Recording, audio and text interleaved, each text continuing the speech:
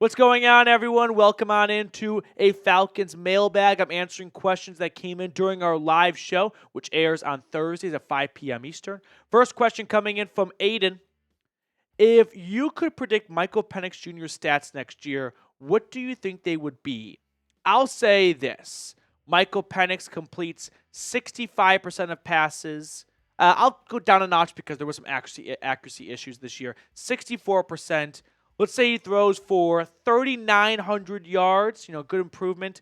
I'll say 27 touchdowns and 10 interceptions. For that being his first full season starting, I think that's a pretty good stat line, right? Plenty to work off of, plenty to improve on, but very promising numbers.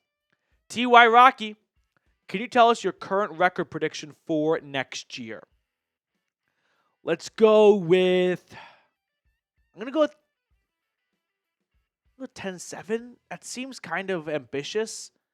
I'm concerned about Raheem Morris, and Jay's going to love this, but if he does not get together his clock management issues, they're going to cost themselves potential wins. So I'm at that 9 to 10 win range right now.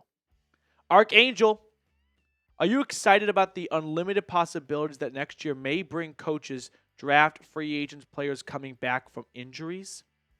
I mean, you're going to get Braylon Trice back. That will be very nice. And I fully expect the Falcons to not draft a quarterback in round 1 this year. So you get Braylon Trice back. You go James Pierce, let's say, for example, out of Tennessee in round 1. And you could have those two guys starting off the edge and add a veteran and add another draft pick. And more is more in this situation.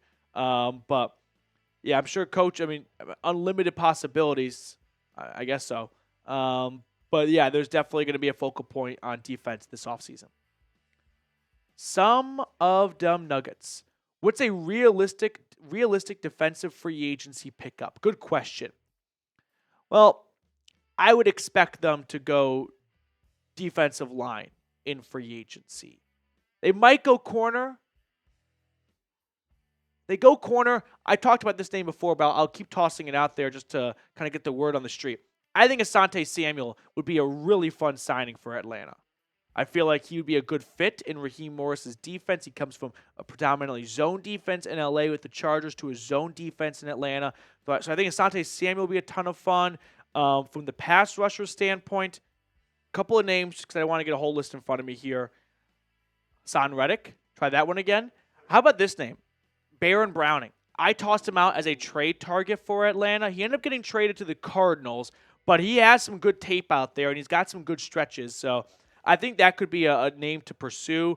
Azeez Ojulari is going to be a hot commodity because of his age and because of the highs so far with him. But Josh Sweat, by far, is going to be the most sought-after free agent. I don't expect the Falcons to land him. So the names I'll toss out there, Baron Browning and Asante Samuel. Zach, do you think this is a good plan if we were to get Dolphins offensive linemen because they already have experience with the left-handed QB? That's an interesting point. Let's look up the Dolphins free agent, see if they have anyone on the offensive line that's going to be a free agent. What do you know? They do. However, they're not in positions of need. Robert Jones and Isaiah Wynn, 2 guards, are going to be free agents. The only guy that would be like Austin Jackson, that's their right tackle, former first-round pick. He got to a slow start with Miami, but he's actually been pretty good as of late. That would be the guy to keep an eye on, but he's going to be in Miami for another season. So I guess if you're looking for some depth, like Liam Eichenberg, but I don't think you have to go out of your way. Zach, appreciate the question, though. The official Claude. I heard rumors. Do you think we have a chance to get Tyreek Hill? I don't. I would be very, very, very surprised if he were to be a Falcon. I think it's going to be expensive on 2 fronts. Trade capital, which they don't have a whole lot of, just 5 picks, and 40% of those picks are in round 7, which is useless for Tyreek Hill, and his contract. Hill's got a decent base salary coming his way, and that's what you are looking at whenever you talk about trading for a player. You acquire their base salary. You don't acquire their cap hit. So I would be blown away if he's a Falcon. Plus, they don't desperately need a receiver to warrant giving up valuable draft picks. Like, how much better is that team going to be with Tyreek Hill added at the price of less spending in free agency elsewhere and no earlier draft picks? just to add a new number one receiver and take less snaps away from London and Mooney? No, it just does not add up to me at all. Trucker Mike, what would be a random Falcon signing in the offseason? Random Falcon signing. I would think it'd probably be a corner because they added a bunch of one-year corners last year. Kevin King, Antonio Hamilton. So looking over some of the random corners or some of the free agent corners coming up, how about Noah Igbenogany, the former first-round pick out of Auburn? That's one name to keep an eye on. I don't think they're going to shell out big bucks because they already shelled out big bucks for A.J. Terrell. Eric Stokes, former first-round pick, kind of a bust at the Packers. That's a possibility. Jordan Lewis, that's a name to keep an eye on. Maybe Paulson Adebo coming off a broken leg. So that's a bit of a concern, but he played pretty well before then. Before we get on to the rest of today's mailbag, quick shout out to our friends over at Game Time. Game Time has so many awesome features to keep an eye on, like Game Time Picks, which makes getting tickets to see your favorite teams play live even easier. If you want to go to a Hawks game or a Braves game in the nearest future or any other sporting event in your area, check out Game Time first, because when you download the Game Time app and use code CHATSPORTS, you'll get $20 off your first purchase. Terms apply, but there's so many cool deals over at Game Time. They have flash deals, they have zone deals, trying to save you guys as much money as possible. So once more, take the guesswork out of buying tickets with Game Time. Download the Game Time app, redeem code CHATSPORTS for $20 off your first purchase. Terms apply, and again, create that account and use code CHATSPORTS for $20 off. All that information is in the comments and description of today's video. Download Game Time today. What time is it? Game time. Eli Layfield. Is it time to move on from Grady and get younger on the D-line? I don't think so. I think Jarrett played pretty well last year, coming off a torn ACL, and I don't think removing him from the locker room is going to make this team any better. I know it's a business, and sometimes you have to make those tough decisions, but right now I don't see a viable path for the interior defensive line improving with Grady Jarrett not on the team. Maybe next offseason if he's still even he was under contract at that point, but you drafted Rook, you drafted Dorless. I know you want those guys to develop, but I didn't see enough development from them in year one to feel like they're ready to be starters in year two. So I would keep Grady Jarrett. ZYLX, playoffs next season? The Buccaneers quietly have one of the longest streaks of winning the division. They control their own destiny, and they lost their last two games. I'm not ready to say playoffs yet. ATL fan, what is Kyle Pitts' worth? He's got $10.8 million in guaranteed money coming his way, so in one way, that's his worth. But my guess is you're talking about draft capital, like what you could get for Kyle Pitts. It depends on how much of that money the Falcons are willing to eat themselves. Take that $10 million. Let's round down to 10 to make the math easy.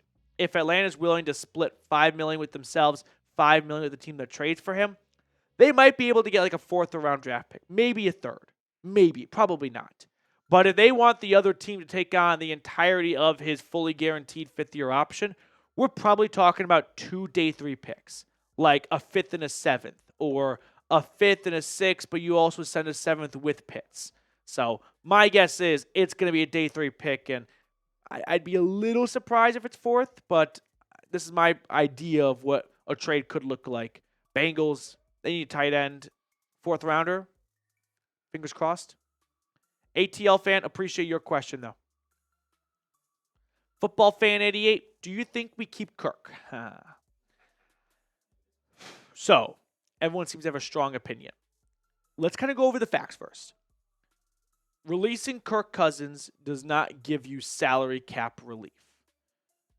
If you hold on to him, he's going to get $10 extra million guaranteed. It's more or less just Arthur Blank's money, which we don't really care about. The extra $10 million is not going to make the salary cap all that much different. However, I think you have to take into account the human side. And I don't see Kirk Cousins backing up Michael Penix as the best backup for Penix.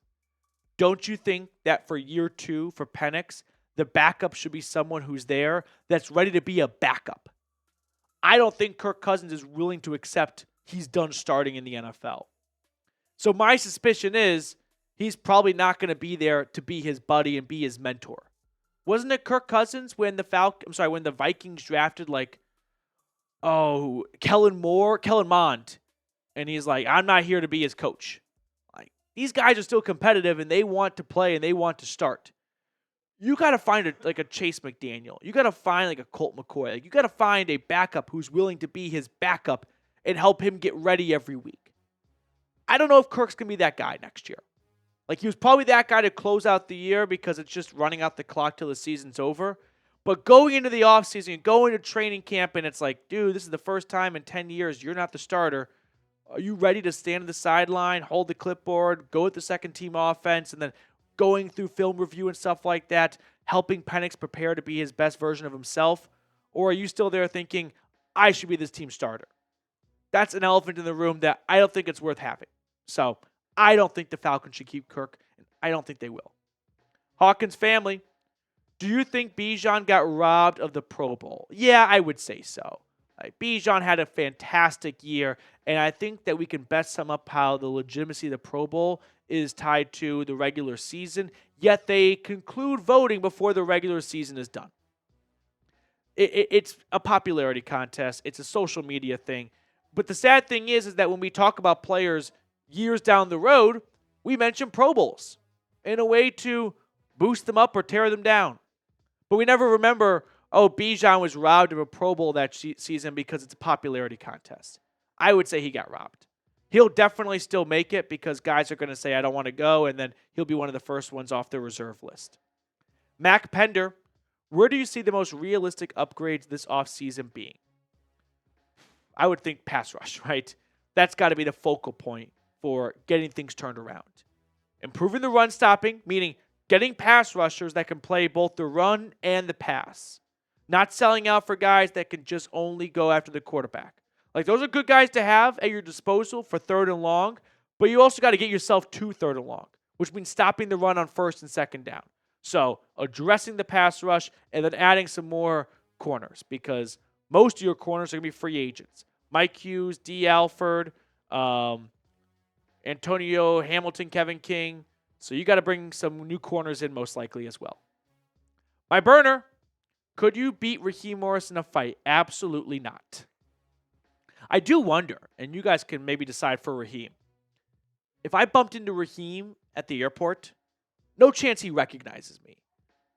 I'm not trying to say this to boost my ego.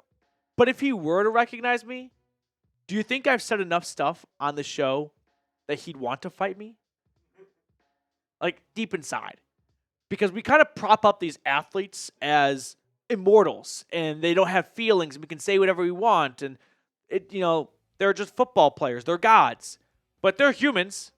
They feel just like you and I do. I wonder if I've said enough where he was like, I want to punch you in the fucking face. I hope not. And if I have, I'm sorry, Raheem. I don't want you to punch me in the face. Please don't fight me. I would lose. All right, that will do it for us on today's mailbag. Thank you guys so much for tuning in. I'll see everyone later.